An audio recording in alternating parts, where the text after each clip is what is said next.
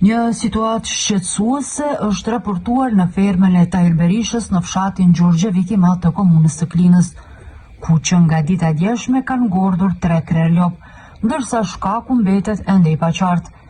Sipas pronarit të fermës Tahir Berisha, pas rasteve të ngordhjes, në fermë kanë ardhur 5 mjek privat veterinar, të cilët kanë marrë mostra për analiza dhe i kanë dërguar në Agjencinë e Ushqimit dhe Veterinarisë.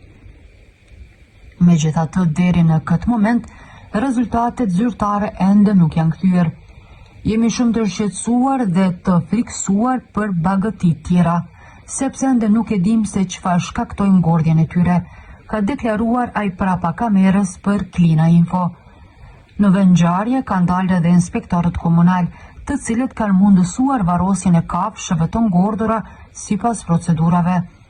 Ndërkohë, edhe disa fermerë të tjerë të fshatit kanë shprehur frikën se rasti mund të përhapet, pasi ende nuk është identifikuar arsyeja e sëmundjes.